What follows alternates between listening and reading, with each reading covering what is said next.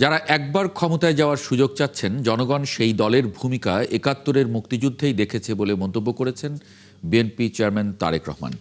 দেশ গড়তে ধানের শীষে ভোট চেয়ে তিনি বলেন, জনগণ আর প্রহসনের নির্বাচন দেখতে চায় না। সিলেট বিভাগ দিয়ে নির্বাচনী প্রচার শুরুর প্রথম দিন বিভিন্ন জনসভায় তারেক রহমান এসব কথা বলেন। আরও জানাচ্ছেন ফরহাদ ইবনে মালিক। সিলেটে সমাবেশের মাধ্যমে ত্রয়োদশ সংসদ নির্বাচনের গণসংযোগ শুরু করেছেন বিএনপি চেয়ারম্যান তারেক রহমান। তার এই সফর ঘিরে বৃহত্তর সিলেটে ছিল উৎসবের আমেজ।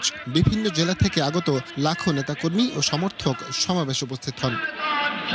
সিলেটের সমাবেশ শেষে সড়ক পথে তারেক রহমান পৌঁছান মৌলভীবাজারের আইনপুরে। পথে অপেক্ষমান জনতার ভালোবাসায় সিক্ত হন তিনি। আইনপুরের সমাবেশে তারেক রহমান বলেন যে দলটি ক্ষমতায় যেতে মরিয়া হয়ে উঠেছে, তাদের জনগণ ৭১-ই দেখে ফেলেছে। আরে ভাই, আপনাদেরকে তো মানুষ ৭১ সালেই দেখেছে, ইতিহাস মুছে ফেলা যায় না।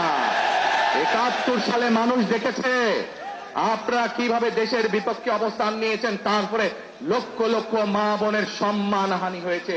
এই অন্তর্বর্তীকালীন সরকারকে অনুরোধ করব, তাদেরকে যেই প্রটোকল দিয়েছেন, আমাদেরকে যেই নিরাপত্তা দিয়েছেন, আমরা আপনাদের অনুরোধ জানাচ্ছি সরকারকে, বিএনপির পক্ষ থেকে, লাখো জনতার পক্ষ থেকে তাদের প্রটোকল দরকারের ৩ ডবল করে দেন। কারণ তাদের প্রটোকল ৩ ডবল করে দেন, কারণ তারা মানুষকে বিভ্রান্ত করছে।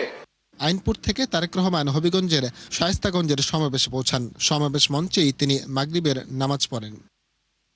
নামাজ শেষে সংক্ষিপ্ত বক্তব্যে তারেক রহমান ভোটের দিন সকালেই কেন্দ্রে চলে যাবার আহ্বান জানান।